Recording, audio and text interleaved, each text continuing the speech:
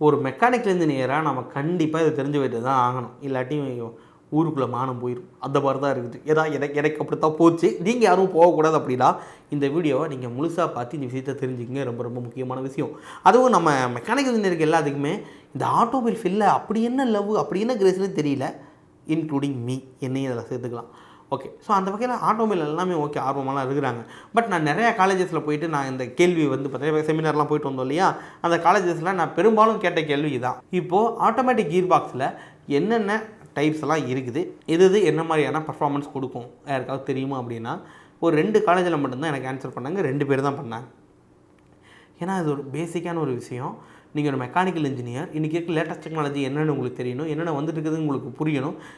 இதெல்லாமே புரியாமல் நம்ம எப்படி வந்து பார்த்தீங்க அப்படின்னா ஒரு டிசைன் இன்ஜினியராகவோ இல்லை கியூசி இன்ஜினியராகவோ ஆட்டோமொபைல் இன்ஜினியராகவோ நம்ம போக முடியும் அப்படிங்கிறத வந்து நீங்கள் தான் யோசிக்கணும். ஓகே, இப்போ வந்து நம்ம கதைக்கு வருவோம். இப்போது இந்த கியர் பாக்ஸஸ் எடுத்திங்கன்னா மேனுவல் ஆட்டோமேட்டிக் 2 இருக்கிறது நிறையா பேருக்கு தெரியும். நிறையா பேர் இப்போ நீங்கள் வீடியோவில் முன்னாடி வந்த மாதிரியே மாதிரியே நிறைய பேர் என்கிட்ட வந்து சொல்லியிருக்கிறாங்க, என்னத்த பெரிய ஆட்டோமேட்டிக்கில் அந்தளவுக்கு ஒன்றும் பிக்கப்லாம் இருக்காது, நம்ம மேனுவல் போட்டு ஓட்டினா தான் பிக்கப்பே இருக்கும் அப்படின்லாம் என்கிட்ட சொல்லியிருக்கிறாங்க. பட் ஐயா அது வந்து பார்த்திங்க அப்படின்னா எக்ஸாக்டாக கரெக்ட் கிடையாது. பட் ஏன் அப்படின்னா ஆட்டோமேட்டிக் அப்படிங்கிறதுலேயே நிறைய டைப் ஆஃப் கியர் பாக்ஸஸ் அவைலபிளாக இருக்குது. அதில் அந்த கியர் பாக்ஸை பொறுத்து தான் அந்த பர்ஃபார்மன்ஸே இருக்கும். அது என்ன அப்படிங்கிறத நம்ம இதில் பார்க்க போகிறோம். ஃபஸ்ட்டு விஷயம் வந்து பார்த்திங்க அப்படின்னா ஆட்டோமேட்டிக் கியர் பாக்ஸ்லேயே ஏஎம்டி அப்படின்னு சொல்லுவாங்க. அதாவது ஆட்டோமேட்டிக் மேனுவல் டிரான்ஸ்மிஷன் அப்படின்னு. ஆட்டோமேட்டிக் மேனுவல் டிரான்ஸ்மிஷனா அப்படின்லாம் யோசிக்கக்கூடாது. ஸோ ஏஎம்டி அப்படிங்கிறது நீங்கள் கேள்விப்பட்டிருப்பீங்க நிறைய இடத்துல ஏஎம்டி கியர் பாக்ஸ் அப்படிங்கிறது.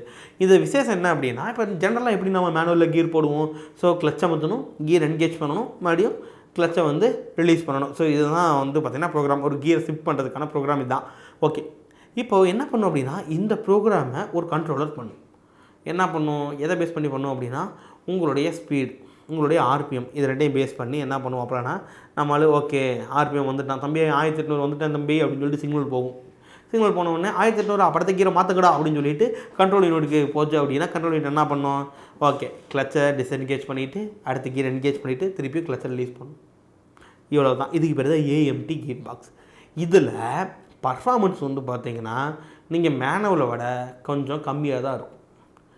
ஏன் அப்படின்னா யோசிச்சு பாருங்கள், அது கண்ட்ரோல் யூனிட் போய் கிளச்சை அமுத்தி மறுபடியும் கீரை போட்டு ரிலீஸ் பண்ணால் அந்த ஜர்க்கு கூட இருக்கும் உங்களுக்கு இதில். ஓகேவா? பட் காஸ்ட்டு வந்து பார்த்திங்கன்னா ரொம்ப கம்மியான ஒரு காஸ்ட் ஏஎம்டி. ஃபஸ்ட்டு இதுதான் ஆட்டோமேட்டிக் கீர் பாக்ஸாக கன்சிடர் பண்ணப்பட்டது.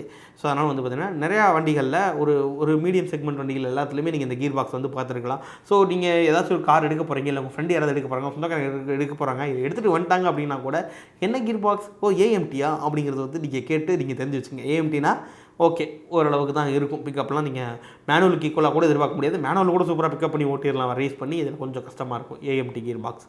ஓகே, இதுக்கு அடுத்து வந்து பார்த்திங்க அப்படின்னா டிசி அப்படின்னு சொல்லுவாங்க. டிசி அப்படின்னா டார்க் கன்வெர்ட்டர் அப்படின்னு சொல்லுவாங்க. எஸ், டார்க்கை பேஸ் பண்ணி இதில் வந்து பார்த்திங்கன்னா கீர் வந்து சேஞ்ச் ஆகும். பட் இதை பற்றி நான் தேடி பார்த்ததில் ரொம்ப அதிகப்படியான தகவலை வந்து என்னால் எடுக்க முடியல, அதுக்கான டைமும் இல்லை. அதாவது டிசி டார்க் கன்வெர்ட்டர் இதுவும் கிட்டத்தட்ட நம்ம ஏஎம்டி மாதிரியே தான் செயல்படும். பட் டார்க்கை பேஸ் பண்ணி எந்த அளவுக்கு டார்க் தேவைப்படுதோ அதை பேஸ் பண்ணி தான் கீர் ஷிஃப்டிங் வந்து ப்ளஸ்ஸா மைனஸா அப்படிங்கிறது வந்து இதில் வந்து நடக்குது. இதுவும் வந்து பார்த்திங்கன்னா மீடியம் செக்மெண்ட் காரில் நிறையா இருக்கும். ஓகே, இதுக்கு அடுத்து வந்து பார்த்திங்க அப்படின்னா சிவிடி. எனக்கு பிடிச்ச ஒரு டிரான்ஸ்மிஷனே சொல்லலாம். ஒரு கீர் பாக்ஸ், ஒரு ஆட்டோமேட்டிக் கீர் பாக்ஸ்லேயே எனக்கு மட்டும் இல்லை நிறைய பேருக்கு பிடிச்சது இந்த சிவிடியாக இருக்கலாம். ஸோ சிவிடி அதாவது கண்டினியூஸ் வேரியபிள் டிரான்ஸ்மிஷன் தெரிஞ்சிருக்கும் நிறைய பேர்த்துக்கு. சிவிடி நீங்கள் ஸ்கூட்டிலாம் பார்த்துருப்பீங்க. இட்ஸ் அ பெல் டிரைவ் ஆக்சுவலாக.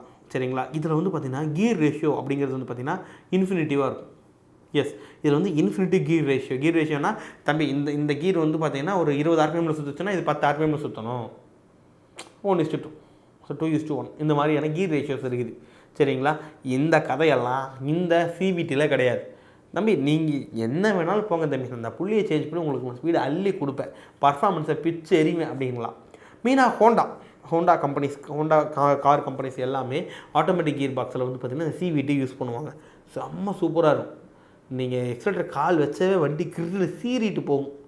அதுக்கு தகுந்த மாதிரி என்ன பண்ணால் பெட்ரோல் டீசலும் உறிஞ்சி தள்ளும். என்ன பண்ணுறது, ஸ்டாப் போட்டு வந்து வெயில் நம்மளெல்லாம் உறிஞ்சிற மாதிரி பெட்ரோலையும் ஸ்டாப் போட்டு உரிய வாப்பலாம் நம்மளால் இன்ஜின். சரியா?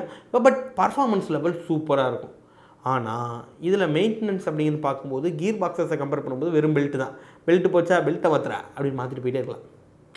கியர் பாக்ஸ்னால் ஆயிலை ஊற்று, அதை ஊற்றி, இதை ஊற்றி, இந்த மெயின்டெனன்ஸ்லாம் இருக்கும். இதனால் பெல்ட்டு கட்டாச்சா ஓகே வேறு பெல்ட்டை போடு, வேலை முடிஞ்சிச்சு. ஸோ அந்த மாதிரி இருக்கும். பட் இது ஹோண்டா கம்பெனிஸ் ரொம்ப அதிகமாக யூஸ் பண்ணியிருக்காங்க. பட் எஃபிஷியன்சி அப்படின்னு பார்க்கும்போது ரொம்ப ரொம்ப கம்மி தான். பட் பவர் வேறு லெவலில் பிச்சுக்கும். ஸோ இது வந்து CVT அப்படின்னு சொல்லுவாங்க இந்த கியர் பாக்ஸ். ஓகே, இதுக்கப்புறமா என்னுடைய ஃபேவரேட், எனக்கு பிடிச்ச ஆட்டோமேட்டிக் கியர் பாக்ஸ் வந்து பார்த்திங்கன்னா இதுதான், DCT அப்படின்னு சொல்லுவாங்க. DCT அல்லது DSG கியர் பாக்ஸ். DCTனா டுவெல் கிளச் டிரான்ஸ்மிஷன், DSGனா டைரக்ட் ஷிஃப்ட் கியர். இது வந்து பார்த்தீங்கன்னா அமெரிக்காக்காரங்களுக்கும் ஜெர்மன்காரங்களுக்கும் அந்த சண்டைகள் நிகழ்ந்தது. எஸ், நீங்கள் அமெரிக்கா வெஹிக்கிள்ஸில் எல்லாத்தையுமே வந்து பார்த்தீங்க அப்படின்னா ஸ்டாண்டர்ட் பண்ணி DCT அப்படின்னு பிடிச்சி இருப்பாங்க. நம்மளால் ஜெர்மன்காரங்க இருக்காங்களா, அதான் விவகாரம் முடிச்சவங்க, அவங்க என்ன பண்ணுறாங்க DSG அப்படின்னு மென்ஷன் பண்ணி வச்சுருப்பாங்க. பட் ரெண்டும் ஒன்று தான் கியர் பாக்ஸ். ஓகேவா? ஆனால் நீங்கள் அதை பற்றி கன்ஃபியூஸ் ஆக வேண்டாம். ஸோ ரொம்ப ரொம்ப காஸ்ட்லியான ஒரு கியர் பாக்ஸ் இது. இது வந்து என்னென்னா 2 செட் ஆஃப் கியர் பாக்ஸஸ் இருக்குன்னு வச்சுக்கோங்களேன். 2 செட் ஆஃப் கியர் பாக்ஸ், அதாவது ஒரு கியர் பாக்ஸில் வந்து பார்த்தீங்கன்னா 1 3 5 7 அப்படின்னு ஆன் நம்பர்லேயும், இன்னொரு செட்டில் வந்து ஈவன் நம்பர் 2 4 6 அப்படிங்கிற ஈவன் நம்பர்லேயும் கியர்ஸ் வந்து அலைன் பண்ணி வச்சுருப்பாங்க. இதில் 2 கிளச்சும் இருக்கும். அதாவது DCT டுவெல் கிளச் டிரான்ஸ்மிஷன், 2 கிளச்சும் இருக்கும். இப்போது நீங்கள் இந்த வண்டியை மூவ் பண்ணுறீங்க அப்படின்னா ஃபஸ்ட் கியர் போடுறீங்க, அதாவது கியர் என்கேஜ் பண்ணுறீங்க, டிரைவ் மோடில் போடுறீங்க, வண்டி மூவ் பண்ணுறீங்க அப்படின்னா ஃபஸ்ட் கியரில் வண்டி மூவ் ஆகும். இந்த ஃபஸ்ட் கியரில் வண்டி மூவ் ஆன உடனே செகண்ட் கியர் பாக்ஸில் 2வது கியர் என்கேஜ் ஆகிருக்கும். என்கேஜ் ஆகி கிளச்சு மட்டும் என்கேஜ் ஆகாது, கிளச்சு டிஸ்என்கேஜில் இருக்கும். இப்போது நீங்கள் ரைஸ் பண்ண என்ன ஆகும் அப்படின்னா அப்படியே ஸ்பீடு அச்சீவ் பண்ணல, டார்க் அச்சீவ் பண்ணும், ஏதோ ஒன்று அச்சீவ் ஆகும். அச்சீவ் ஆன உடனே என்ன ஆகும் அப்படின்னா அடுத்து கண்ட்ரோல் யூனிட்டுக்கு சிக்னல் போய் தம்பி நான் ஸ்பீட் அச்சீவ் பண்ணிட்டா அப்படின்னு சொன்ன உடனே இதில் இப்போ இது வந்து ஃபஸ்ட்டு கியர் பாக்ஸ், இது 2வது கியர் பாக்ஸ். இது என்ன பண்ணுது அப்படின்னா ஃபஸ்ட்டு கியரு கிளச்சு வந்து டிஸ்என்கேஜ் ஆகுது, நம்மளால் உள்ளே வர்றாப்புல. அண்ணாமலை படத்தில் வந்து பார்த்திங்கன்னா ரஜினி அப்படியே மேலே போவாப்பில், சத்பாபு அப்படி கீழே வருவாப்பில். ஸோ அதாவது பார்த்தீங்கன்னா கியர் வந்து அப்படி ஸ்மூத்தாக கிளச்சை மட்டும் டிஸ்என்கேஜ் பண்ணும். இதில் என்ன விசேஷம்னா உங்களுக்கு இந்த கியர் ஷிஃப்ட் ஆகிறது தெரியவே தெரியாது, எப்போ ஷிஃப்ட் ஆகுதுன்னே தெரியாது. அவ்வளோ ஸ்மூத்தாக இருக்கும் டிரான்ஸ்மிஷன். அதுதான் இதில் உள்ள மெயின் விசேஷமே. ஸோ இப்போது செகண்ட் கியரில் மூவ் ஆகிட்டுருக்கு. அடுத்து தேர்ட் கியர் வேணுமா, நம்மள தான் அடுத்த கியர் பாக்ஸில் என்ன ஆகும், தேர்ட் கியர் என்கேஜ் ஆகி ரெடியாக நிற்கும்.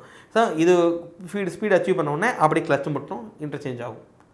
இப்போது இந்த உங்களுக்கு ஒரு சீம்லெஸ்ஸான ஒரு டிரான்ஸ்மிஷன் கிடைக்கும், பர்ஃபார்மன்ஸும் சூப்பராக இருக்கும், நல்ல ஒரு மைலேஜும் கிடைக்கும். இது வந்து ஓட்டுறவங்க ஓட்டினா, நான்லாம் ஓட்டினா மைலேஜே கிடைக்க மாட்டேங்குது சில வண்டிகளில். மெயினாக இந்த DCT கியர் பாக்ஸ் உள்ள வண்டிகள்லாம் இந்த ஒரு பிரச்சனை இருக்குது. ஸ்மூத்தாக நீங்கள் ஒரு 70 80 90 மெயின்டைன் பண்ணிங்கன்னா எந்த வண்டி இருந்தாலும் சூப்பராக மைலேஜ் கிடைக்குது. 16 17 வரைக்குமே கிடைக்குது நார்மல் வண்டிகளே. ஸோ இது வந்து பார்த்திங்கன்னா பர்ஃபார்மன்ஸில் கொளுத்தி எடுக்கும். உங்களுக்கு ஸ்பீடு வேணுமா, ஓரளவுக்கு அழுத்துறீங்க அப்படின்னா டக்குன்னு டார்க்கை கொண்டு வந்து டக்குன்னு எந்த கியர் வேணும்னு சொல்லிட்டு கால்குலேட் பண்ணி அந்த கியர் என்கேஜ் பண்ணி கிளஸ்டர் என்கேஜ் பண்ணுச்சுன்னா ஒரு அடி அடிக்கும் பாருங்கள், ஸ்பீடு பிக்கப்பு செம்மையாக இருக்கும். நீங்கள் அந்த G-ஃபோர்ஸையும் உணரலாம், அந்த ஒரு பர்ஃபார்மன்ஸ் இதில் இருக்கும். ஆனால் இதுக்கு மெயின்டெனன்ஸ்னு ஒன்று இருக்குது பார்த்தீங்களா, கியர் பாக்ஸ் போச்சு அவ்வளோதான், கியரெல்லாம் மாற்ற முடியாது, பாக்ஸை கழட்டி தூர போட்டுட்டு வேறு பாக்ஸு தான் மாற்றணும். ஸோ அந்தளவுக்கு மெயின்டெனன்ஸ் வந்து ஹெவியாக இருக்கும், ஹெவி செலவு தான். பட் இருந்தாலும் இதில் அவ்வளோ சீக்கிரம் பிரச்சனை வராது அப்படிங்கிறது தான் நிறைய பேர் கடை சொல்லிட்டு இருக்கிறாங்க. நிறைய ப்ரீமியம் செக்மெண்ட்ஸ் வண்டி எல்லாமே இந்த கியர் பாக்ஸை பேஸ் பண்ணி தான் இருக்கும், DCT அல்லது DSG. ஓகே, ஓரளவுக்கு உங்களுக்கு ஒரு ஐடியா வந்துருக்குன்னு நினைக்கிறேன். இதுக்கப்புறம் ஒரு கியர் பாக்ஸ் இருக்குது, என்னை பொறுத்தளவுக்கு ரொம்ப மட்டமான ஒரு டெக்னாலஜின்னு இதெல்லாம் சொல்லுவேன், அது எனக்கு. ஸோ உங்களுக்கு எப்படி இருக்குன்னு சொல்லுங்கள். அதாவது IMT அப்படின்னு சொல்லுவாங்க, இன்டெலிஜென்ட் மேனுவல் டிரான்ஸ்மிஷன் அப்படின்னு. இதனோட IMT அப்படின்னு எனக்கே பேரே நாராசமாக இருக்குது பாபா அப்படிங்கிற மாதிரியாக இருக்கும். என்னென்னா மேனுவலில் கீர் போடுறது தான். ஓகேவா, ஃபஸ்ட் கியர் செகண்ட் கியர்லாம் நீங்கள் கீர் வந்து எப்படி போடணுமோ கீர் லெவலில் போகிற மாதிரி தான் போடணும். ஆனால் கிளச் இருக்காதான், எனக்கு புரியல. ஏன்னா ஒன்று கிளச்சை வச்சு ஓட்டுங்க நார்மலாக, இல்லை கிளச்சு இல்லாமல் ஆட்டோமேட்டிக்கை வாங்கி ஓட்டுங்க. இது என்ன IMT, இது என்ன விசேஷம்னே தெரில. ஸோ பட் ஃபீல்டுக்குள்ளே இன்றைக்கி வந்து பார்த்திங்கன்னா பரவலாக ஓட்டிகிட்டு தான் இருக்கிறாங்க நிறைய பேர். ஓகே ஓட்டட்டும். பட் எனக்கு இதில் வந்து பார்த்திங்கன்னா பெருசாக உடன்பாடு இல்லை. உங்களுக்கு இந்த IMT கியர் பாக்ஸ் பிடிச்சிருக்கா இல்லையா அப்படிங்கிறத வந்து கமெண்ட்டில் சொல்லுங்கள். அல்லது உங்களுடைய ஃபேவரட்டான கியர் பாக்ஸ் எது அப்படிங்கிறதையும் கமெண்ட்டில் மறக்காமல் சொல்லுங்கள். ஓரளவுக்கு நான் கொடுத்த தகவல் உங்களுக்கு போதுமானதாக இருக்கும்னு நினைக்கிறேன். வேறு ஏதாவது டவுட் இருந்ததுன்னா கான்டாக்ட் பண்ணுங்கள், கீழே நிறைய நம்பர் இருக்கும். Thank you so much.